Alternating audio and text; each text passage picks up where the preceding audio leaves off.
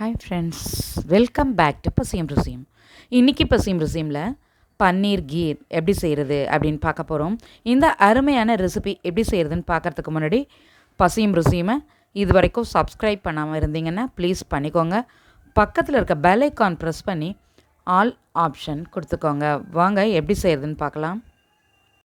இது மாதிரி 2 பீஸ் பன்னீர் எடுத்து ஒரு பீஸை நல்லா துருவிக்கணும். ஒரு பீஸை குட்டி குட்டி ஸ்கொயராக கட் பண்ணி எடுத்துக்கணும்.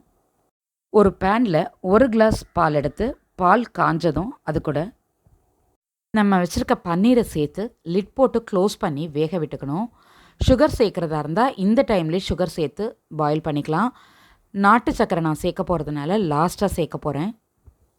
இந்த குட்டி கிண்ணத்தில் குங்குமப்பூ வச்சுருக்கேன். இதில் சூடான பால் கொஞ்சமாக சேர்த்து இதை நல்லா ஊற விட்டுடலாம். 2 மினிட்ஸ் ஆன பிறகு நம்ம ஓப்பன் பண்ணி நல்லா ஈவனை கிளறி விட்டுக்கணும். ஓரங்களெல்லாம் எடுத்து விட்டு கிளறி விட்டுக்கணும்.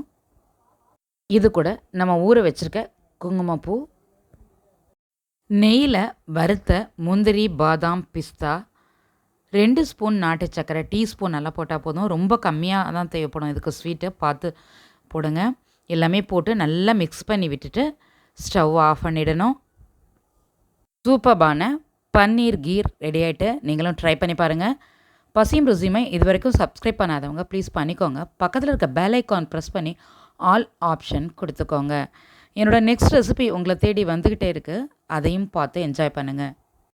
லைக் பண்ணுங்கள், ஷேர் பண்ணுங்கள், கமெண்ட் பண்ணுங்கள். இது பசியம் ருசியம். பார்த்து சமைச்சு பாராட்ட அள்ளுங்க.